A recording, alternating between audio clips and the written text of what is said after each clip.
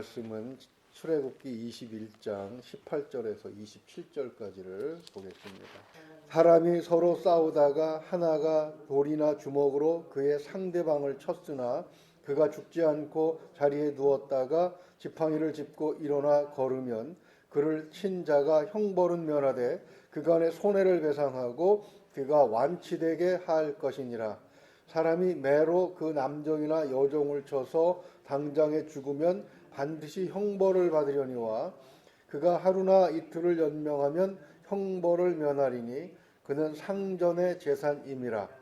사람이 서로 싸우다가 임신한 여인을 쳐서 낙태하게 하였으나 다른 해가 없으면 그 남편의 청구대로 반드시 벌금을 내되 재판장의 판결을 따라 낼 것이니라.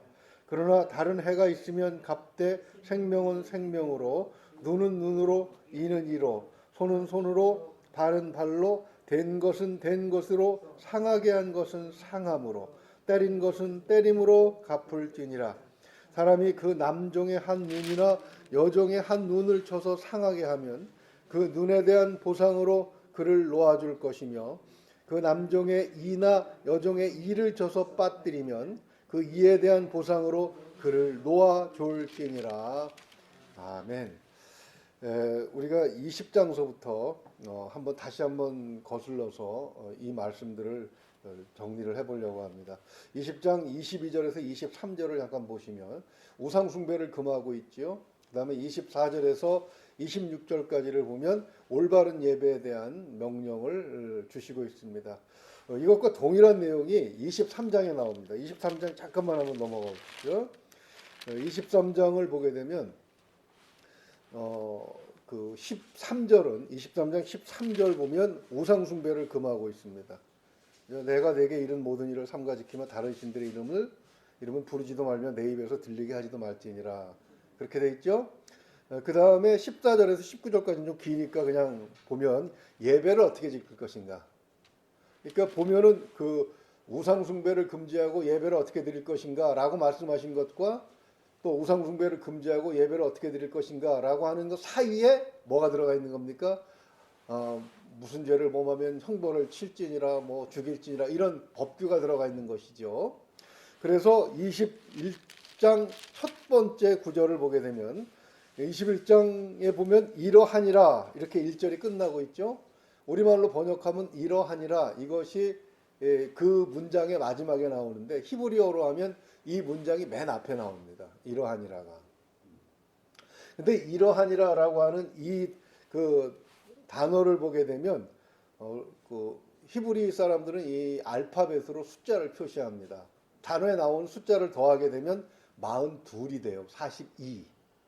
그래서 21장 2절에서 23장 11절까지 보게 되면 42개의 법이 나오게 되는 겁니다.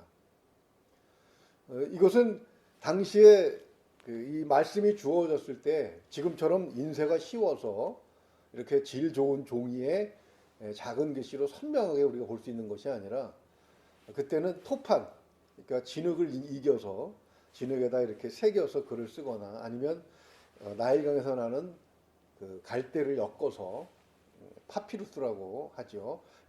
바이블의 원어가 되는데 그 파피루스에다가 글씨를 큼직큼직하게 써서 이렇게 성경을 만들었습니다. 제일 고급스럽고 오래가게 하기 위해서 송아지 가죽을 얇게 무드질해서 거기에 성경을 기록했는데 이사야서 상권만 해도 이사야가 보통 세 개의 책으로 구분이 되는데 그 중에 한 부분만 해도 종이 짊어지고 따라가야 할 만큼 그렇게 많은 양이었다고 합니다. 그러니까 이 구약의 내용 하나만 해도 모세오경의 내용 하나만 해도 이것을 그 당시 책으로 엮었을 때 얼마나 부피가 컸겠습니까? 이것을 어느 집에나 다 둘 수가 없죠. 지금이야 그 차에도 하나 두고 텔레비전 위에도 하나 두고 책상 위에도 하나 두고 사무실에도 하나 두고 성경을 얼마든지 그렇게 가질 수 있지만 당시는 그럴 수 없는 사정이었습니다. 이 말씀을 어떻게 보존했느냐? 주로 암기하도록 그렇게 기록이 된 것을 볼 수가 있습니다. 그래서 일반 사람들, 책을 가질 수 있는 사람들은 서기관과 같은 아주 특별한 사람들이었죠. 국가의 그 도서관 이런 데서나 그 보존할 정도로 귀한 것이 책이었기 때문에 일반 사람들은 다 외워서 이 말씀을 가지고 있어야 했습니다. 그러다 보니까 어떤 내용들을 반복을 하고 또 음률을 맞춰줘야 됩니다. 요즘 아이들이 라임이라는 말을 많이 씁니다. 같은 어조에 같은 운율을 막 반복하는 것이죠. 옛날에 뭐 시를 작성할 때 운을 띄어라.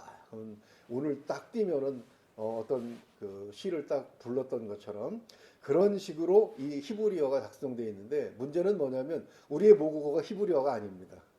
우리는 우리말로 번역된 성경을 읽기 때문에 운율이라든가 뭐 이런 거는 다 우리가 느낄 수가 없어요. 다만 우리가 느낄 수 있는 건 반복입니다. 그죠? 같은 내용을 비슷하게 엮어서 기억되기 좋게. 그러다 보니까 운율도 맞춰야 되고 뭐 이런 거 다 맞춰서 하다 보니까 15절 한번 보십시오. 우리가 어제 읽은 거. 부모 공경에 관한 것이죠. 그리고 17절도 부모 공경에 관한 것인데 중간에 16절에 턱하니 사람을 납치하는 전혀 맥이 연결이 안 되는 문장이 하나 뚝 들어가 있어요. 규정이. 그죠? 이런 경우는 바로 우리가 이해할 수 없는 그런 그들만의 암기하기 위한 그런 방법으로 이렇게 맞춰 놓은 것임을 우리 인정을 하고 넘어가야 됩니다. 그렇다고 해서 전혀 그 연결이 없이 아무런 연결이 없이 문장이 구성되고 문단이 구성된 것은 아닙니다.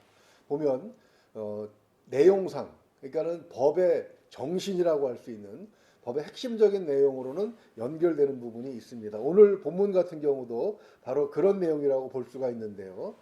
오늘 본문을 보게 되면 18절에서 19절은 자유인, 그죠? 주권을 가진 사람끼리 서로 대등한 사람끼리 싸웠을 때 일어난 문제를 규정하고 있고요. 그 다음에 20절에서 21절을 보게 되면 주인이 종을 때렸을 때 그러면서 다시 22절 가면 서로 싸우다가 자유인끼리 싸우다가 이런 문제가 나오고 그 다음에 26절 넘어가면 또 주인이 종을 때려서 어떤 피해를 입혔을 경우 어떻게 할 것인가. 그래서 이렇게 반복적으로 서로 교차돼서 규정이 나오고 있는 것을 보는 것이죠. 우리는 그것까지는 다 해석을 할 수는 없고 자유인 간의 폭력과 주인이 종에 대한 폭력의 대가가 어떠해야 하는가 하는 규정을 통해서 이 법이 제한된 이유가 무엇인가 그것을 생각을 해보려고 합니다. 먼저 자유인 간의 폭력 18절에서 19절 그리고 22절을 한번 생각을 해보면요. 폭력을 행사했지만 죽지 않았을 경우를 18절에서 명시하고 있지요. 그러다가 그 형벌을 바로 주지 말고 사람이 누웠습니다. 그러면 잡아다가 바로 죽이지 말고 어떻게 하라는 겁니까? 기다렸다가 지팡이라도 짚고 일어나면 19절이죠. 형벌, 즉 사형은 면하고 어떻게 하라는 겁니까? 피해자가 알아 누워 있을 동안 일을 못했으면 거기서 나오는 손해가 있을 것 아닙니까? 그 손해를 보상해주고 그 다음에 치료 비용을 감당해 주라는 그런 내용이 바로 18절에서 19절의 내용입니다. 이것은 무분별하게 사형이 집행되는 것을 막고 있는 것이고 어디로 법이 지향되고 있느냐면 회복으로 지향되고 있는 것을 볼 수가 있습니다. 그죠? 이왕 일어난 폭력에 대해서 뭐 어떻게 하겠습니까? 우리가 시간을 되돌릴 수 있는 능력이 없는 존재들이기 때문에 막상 일이 벌어지고 난 다음에 후회를 하더라도 되돌아갈 수는 없습니다. 그러면 하나님께서 이 법을 주신 것은 그러한 한계를 가진 우리들에게는 그 다음에는 어떤 게 중요하냐? 회복이 중요하다. 21절은 좀 독특합니다. 남편끼리 싸웠어요. 남편이 어떤 남자와 싸웁니다. 그러면 부인이 옆에서 아마 돕다가 한 대 얻어 맞았는데 뭘 도우러 가 그냥 보고 있지. 예? 근데 더군다나 그 여인이 아이를 가졌는데 한 대 맞고 낙태를 했을 경우는 그럼 어떻게 할 것이냐. 매우 독특한 경우를 규정을 하고 있는 것을 볼 수가 있습니다. 아주 특별한 경우가 될 것인데 우선 아이를 가졌으면 스스로 조심해야 되겠죠. 엄마 입장에서는. 그럼에도 이 법을 제정해 놓은 것은 참 절묘하다는 생각을 하게 되는데 당시에는 아이들에 대해서는 별 관심이 없었습니다. 워낙 그 태어난 아이들이 많이 죽었기 때문에 유아 사망률이 높았기 때문에 아이들에 대한 대우가 별로 없었어요. 아무리 잘해줘봤자 이 아이들은 대부분의 아이들이 죽을 것이다라고 생각을 하면서 대충 그냥 내깔려 두었다고 봐야 되나요? 그리고 이제 어느 정도 나이가 넘어서 5살 넘으면 그렇게 좀 대우해주고 그 다음에는 10살 넘으면 아이고 10살 넘게 살았구나 해서 성인식 해주고 막 이런 호들갑을 떠는 기록들이 남아 있는 것을 볼 수가 있습니다.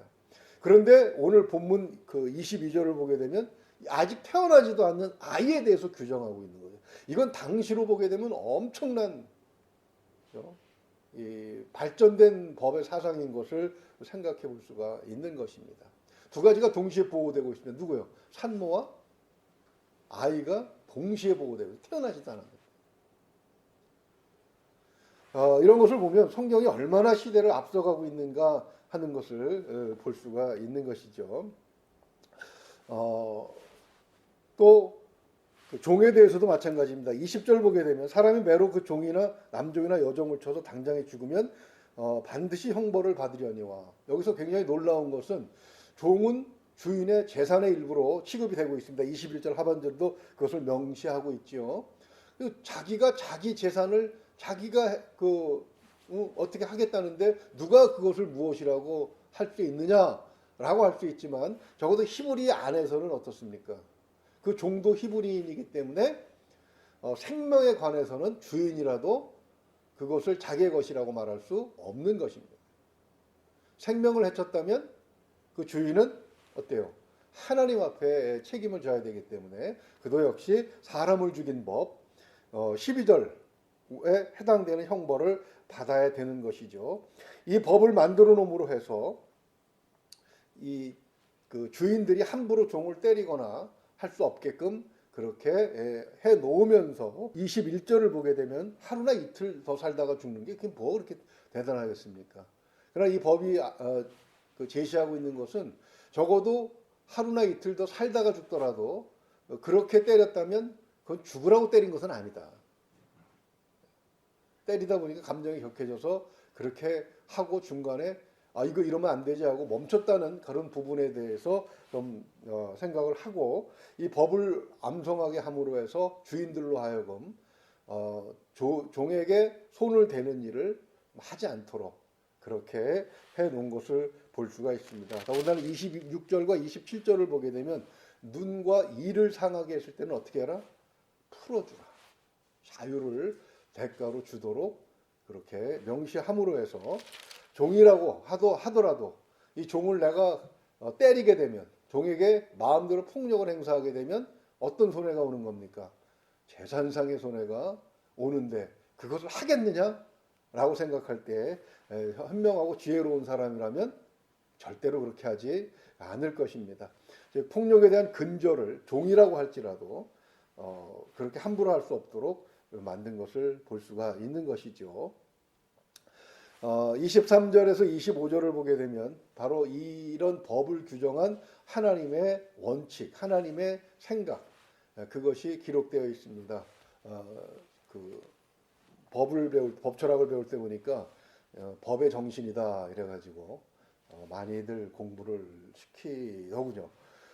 이 원칙이 되시는 이유가 창세기 4장에 있습니다. 창세기 4장 23절과 24절을 제가 읽어드릴게요. 라멕이 아내들에게 이르되 아다와 실라여 내 목소리를 들으라. 라멕의 아내들이여 내 말을 들으라. 나의 상처로 말미암아 내가 사람을 죽였고 나의 상함으로 말미암아 소년을 죽였도다. 가인을 위하여는 벌이 7배일진데 라멕을 위하여는 벌이 70배 1이로다 하였더라. 이렇게 말씀하고 있죠. 가인이 동생을 죽이고 도망갈 때 하나님 앞에 두려워 썰면서 이야기합니다. 하나님, 다른 사람이 나를 죽일 것 같습니다. 그때 하나님께서 약속을 해주시죠. 너를 죽이는 자에게 내가 7배로 갚아주겠다. 이렇게 말씀하시는데 라멕은 지금 그 가인의 후손인 라멕은 뭐라고 얘기합니까? 누가 나를 다쳐서 상처를 흘리게 하면 나는 그를 갖다가 죽여버리겠다 이렇게 얘기하는 거죠. 이게 인간의 마음이라는 거죠. 가인을 죽인 자는 7배 벌을 받게 되지만 나에 대해서 해를 끼치는 자는 70배로 갚아주겠다. 이게 인간의 마음이라는 거예요. 그러니까 이런 것이 사람들의 마음이기 때문에 23절 생명은 생명으로 눈은 눈으로 이는 이로 하는 이것만 해도 당시로 봐서는 엄청난 법의 발전이라고 볼 수가 있는 것이죠. 이것을 흔히 한자어로 동태복수법이라고 그렇게 신학자들은 설명을 합니다. 이 법을 주신 것은 인간의 마음의 악함으로 인해서 과도하게 복수를 하려는 그 복수심을 제어하는 것입니다. 저희 할머니는 살아계 생전하시는 동안에 이놈의 빨갱이들 때문에 우리가 망했다. 뭐 그렇게 계속 말씀하시면서 아주 원한을 가슴에 품고 그렇게 북쪽을 바라보시다가 돌아가셨는데 기록을 보게 되니까 이 북쪽에서 넘어온 분들이 남쪽으로 전쟁 때 1.4.5태 때 넘어오셨던 분들이 북한에 대부분 많은 재산들을 가지고 계셨던 분들이더라고요. 저희 장인도 황해도에서 꽤 잘 사셨던 그런 분이셨던 것 같습니다. 늘 생전에 계셨을 때 말씀하시는 거 보면 황해도의 그 넓은 들, 거기 무슨 평야인가요? 그것을 이렇게 그리워하시면서 말씀하시는 것을 볼 수가 있는데 이분들이 거의 지금 평생 그 북쪽을 가보지도 못하고 어떻게 됩니까? 완전히 가로막혀서 점점 휴전선이 오히려 저는 더 높아지고 더 두꺼워지지 않나 그런 생각을 해봅니다. 근데 그 이유가 어딨나? 시간이 이렇게 지나면 좀 치유가 되는 게 아니라 더 깊어지고 더 깊어지는 건 바로 인간의 마음이라는 거예요.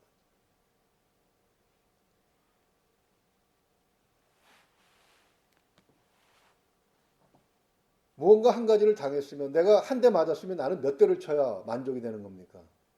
두 대를 때려야 만족이 되는 것이 우리 인간의 본성이라는 것이죠. 대통령들이 바뀔 때마다 감옥에 가고 뭐 수사를 받고 하는 것을 이렇게 보면서 어떤 경우는 이건 보복이 아닌가 싶은 그 생각을 할 때가 있습니다. 근데 거기에 꼭 기독교인들이 껴있는 거 보면 더 속이 상한 거죠. 성경에서는 최소한 하나님 말씀에 생명은 생명으로 이해는 이러한데 이를 부러뜨렸으면 나는 꼭 귀까지 먹여 눈까지 뽑아야 만족하는 그런 모습을 보이는 것은 적어도 기독교인의 신앙적인 태도는 아니라는 겁니다. 더군다나 예수님의 말씀을 보게 되면 우리가 가지고 있는 이런 본성을 완전히 꺾어버리시려고 하는 그런 것을 볼 수가 있습니다. 마태복음 5장 38절과 39절을 제가 읽어드리면요. 또 눈은 눈으로 이는 이로 갚으라 하셨다는 것을 너희가 들었으나 나는 너희에게 이르노니 악한 자를 대적하지 말라. 누구든지 네 오른 뺨을 치거든 왼편도 돌려대며 또 너를 고발하여 속옷을 가지고 가는 자에게는 겉옷까지 가지게 하며 여기까지만 읽겠습니다. 예수님은 오히려 우리가 가지고 있는 본성을 거슬러 율법 오늘 본 말씀 23절에서 25절까지 말씀보다 더 이해 안 되는 말씀을 하고 계시는 것이죠. 그 유대인들이 예수님에게 가지고 있었던 그러니까 메시아라고 하는 하나님의 아들 예수님에게 가지고 있었던 유대인들의 생각을 완전히 배반하고 있는 것을 볼 수가 있습니다. 유대인들은 메시아에 대해서 어떤 생각을 가지고 있었습니까? 하나님의 아들이 오시면 메시아가 오시면 이 하나님의 능력으로 군대를 모아서 저 로마를 쳐부수고 모든 민족의 뛰어난 민족이 되게 인도하실 것이라는 생각을 가지고 있는데 오히려 예수님을 오셔가지고 어떻게 합니까? 대제사장의 종이나 로마 군인들에게 힘없이 잡혀서 십자가를 지고 골고다로 가신단 말입니다. 그걸 보고 얼마나 그 예수님에게 기대를 걸었던 사람들이 실망을 했겠습니까? 힘을 뱉고 조롱을 하고 네가 메시아냐? 예수님께서 기적을 행하셨던 것 사람들 다 보고 거기는 혜택을 받은 사람들도 많이 있습니다. 병을 치료받은 사람도 있고 굶주림을 해결한 사람도 있었을 것입니다. 예수님을 보면서 희망을 가졌던 사람도 있었을 것입니다. 그런데 예수님이 힘없이 잡혀가는 그런 모습을 보면서 그들은 완전히 배신감을 느끼고 실망을 하게 되는 것이죠. 예수님이 왜 그렇게 하셨겠습니까? 성경 전체를 보면 이 동태복수법 이것만 해도 우리가 감당할 수 없는 그런 법이라는 거죠. 우리가 하나님 앞에 지은 죄를 생각하고 그 지은 죄의 대가를 그대로 받게 된다면 하나님 나라에 들어갈 사람이 누가 있겠는가? 그러나 예수님 말씀이 하시는 것은 무엇입니까? 하나님이 그렇게 생각하신다는 것입니다. 너희가 속옷이 필요하면 무엇을 주겠다? 겉옷도 주시겠다는 거예요. 너희가 나에게 왼뺨을 쳤지만 너희가 정말 그게 필요하다면 나는 왼뺨까지 대줄 수 있다. 그렇게 하셨잖아요. 십자가에서 못 박혀 돌아가셨잖아요. 우리 기독교인들이 이렇게만 산다면 세상은 지금과 같이 험악하지는 않을 것 같습니다. 최근에 계속해서 보도되고 있는 이 300명으로 줄었다가 500명 또 늘어나는데 이게 전부 다 어디서 나오는 거냐면 이 개신교 집단에서 나오는 겁니다. 성경하고 전혀 상관이 없는 그런 대립되는 사고방식을 가지고 교회가 힘이 있으니까 맞서 싸워야 되겠다? 그게 왜 물리적 싸움이냐고요. 영적인 싸움이어야지. 저쪽에서 몽둥이를 들고 덤비면 이쪽에서 사랑으로 받아줘야 되는 것이 교회가 가지고 있는 기본적인 사고방식인데 이 출애굽기에 기록된 3000년 전에 기록된 법보다도 못한 사고방식을 가지고 기독교가 이래서 마치 교회를 대표하는 사상인 것처럼 그렇게 뉴스에 보도될 때마다 얼마나 속이 상한지 모르겠어요. 바울은 고린도전서 7장 31절에서 이렇게 고백을 합니다. 세상 물건을 쓰는 자들은 다 쓰지 못하는 자같이 하라. 이 세상의 외형은 지나감이니라. 순식간에 지나갑니다. 130년도 순식간에 지나갔습니다라고 야곱이 고백을 했잖아요. 그것이 우리의 삶인데 그렇게 미워하면서 증오하면서 하나를 받았으면 7배는 갚아야 되는 그런 마음으로 살기에 이 세상은 시간은 너무 작다는 것입니다. 오히려 사랑으로 품어주고 하나님께서 우리에게 베풀어 주신 은혜를 생각하면서 더 긴 시간, 더 영원한 세상을 바라볼 때 얼마나 그런 것들이 하찮으냐. 그것이 바로 예수님께서 주신 생각이고 오늘 말씀은 그 단계로 나아가기 위해서 구약 시대 사람들에게 한 단계 더 그 높은 생각을 갖도록 유도하고 계시는 말씀인 것을 볼 수가 있습니다. 이 세상은 언젠가 지나갑니다. 그리고 과거는 오늘에 영향을 주고 또 오늘의 일은 또 미래에 영향을 줍니다. 오늘이 지옥이라고 생각한다면 우리 젊은이들이 헬 지옥이라는 말을 많이 씁니다. 헬 조선이라고 얘기합니다. 경쟁이 너무 힘들고 살기가 너무 힘들어서 결혼도 안 하고 또 아이도 안 낳고 그런다는 이야기들을 합니다.